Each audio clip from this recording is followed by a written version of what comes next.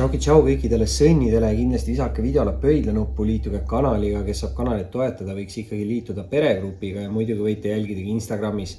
Ning vaatame üle, mis see mai algus siin sõnnile toob suhetes ja armastuses. Mis energiad on tulemas sõnni poole? Väga huvitav. Need kaardid jäävad siin viimaseks. Ja alustame sellest. Esimene kaart muidugi, mis kohe lauale lendas, oli sõnni jaoks narri kaart. Ja narr on siis kõige esimene kaart üldse taropakis ja tähendab see alati siis uusi algusi, uusi võimalusi, ka uusi inimesi. Aga see on siuke nagu suhteliselt murevaba kaart, et ta küll tähendab seda, et peab olema piisavalt tähelepanelik, et te ise nagu lolle vigu ei teeks, aga samas see kaart ütleb, et te saate siin mingi vooluga nagu kaasa minna. Et te peate olema piisavalt tähelepanelik ja mitte nagu liiga sinisilmne võib-olla olukordades, aga samas peate te olukorrale lähenema mingi kergusega. Et siin tegelikult see kaart ütleb, et ei ole vaja nagu midagi karta, et on mingid uued võimalused tulemas. Ja kohe teiseks selle peale sõnnile järgisid sauade 6 ja võidukuse uhkustunde kaart. Ja tähendab see mingis mõttes siis sellist lavavalgust vähemalt sellest arost, sest prožektorid siin tal peal on. Ja mõnikord see kaart võib tähendada ka sükest konkurentsil ärapanekut. Et sõnnid, kui te olete siin mingis teatud olukorras, kus on mingi konkurents, siis see kaart võib öelda, et teie tulete mingist konkurentsist välja võitjana. Ma ei tea, mis olukord see täpselt on, aga siin kindlasti peab olema ise aktiivne, loov ja kirglik selle sauaga, eks ju. Et sauad näitavad alati sükest energiat. Ja sellega te peate olema justkui siuke nagu tuline, et võib-olla siin ongi, te peate tegema midagi uut, mida te teete kirega, et mingid uued algused, uued võimalused narriga ja siis mingi teatud olukord, kus te tulete välja siis võitjana.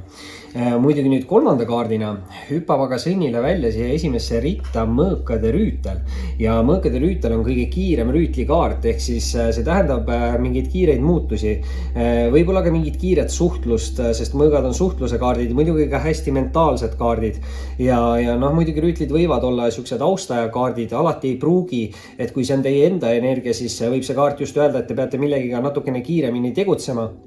Aga kui see on austaja kaart, siis võib see tähendada seda, et kas väga järsku on tekkinud või väga järsku on tekkimas mingi uus austaja teie ellu ja näitab see kommunikatsiooni siis ja sükest ausust ja õiglust tegelikult, aga muidugi mõõgad on natukene sellised nagu katsumuste kaardid, et see võib tähendada siis ka sükest nagu proovile panevat austajat või midagi taolist.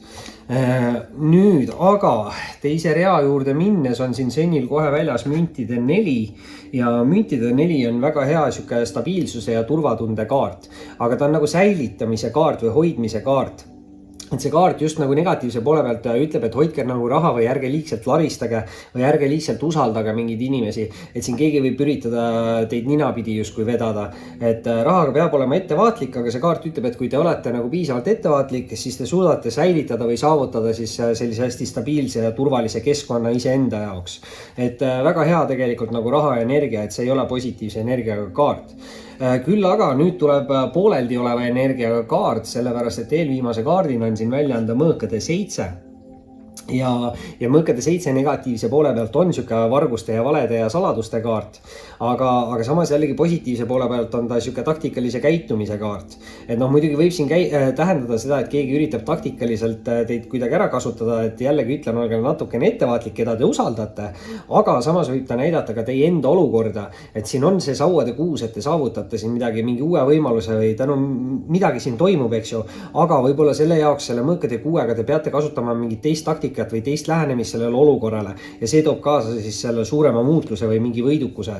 Ja viimase kaardina ei ole üldse paha sõnnile väljas ka sauade 4 ja sauade 4 on väga hea siuke nagu liitude loomise kaart, et see võib tähendada ükskõik milliseid liite, siis sõprussidemed, töösidemed, armastussidemed või siis romantilised sidemed nii-öelda, aga selles mõttes sauade 4 on justkui nagu siuke suhte või liidu tähistamise kaart, aga tähistame me rohkem abielu, eks ju, kõige rohkem, et see ongi kõige rohkem siuke abielu kaart, aga samas ka mingid töösuhted või töölepingud, et siin on palju võimalusi olemas, igal juhul sauade 6 on see saavutuse ja uhkustunde kaart ja võib-olla ka konkurentsil ärapaneku kaart. Nii et te peaksite tulema siit välja võidukana, võib-olla peate ise natukene kiiremini tegutsema, võib-olla peate natukene teistsugust taktikat kasutama. Igaks juhuks veel lõppu ütlen ära, et ikkagi olge ettevaatlik, keda te usaldate, et keegi teid ninapidi ei vea, aga üldplaanis on siin päris siuke positiivne tulemuste energia. Sennid, see oli siis selleks korraks Teie suhted, armastus, lugemine, kindlasti visake pöidlanuppu, liituge kanaliga, kui saate, siis võite ikkagi liituda ka peregrupiga ja muidugi võite alati jälgida mind Instagramis. Oli meeldiv ning kohtume varsti taas.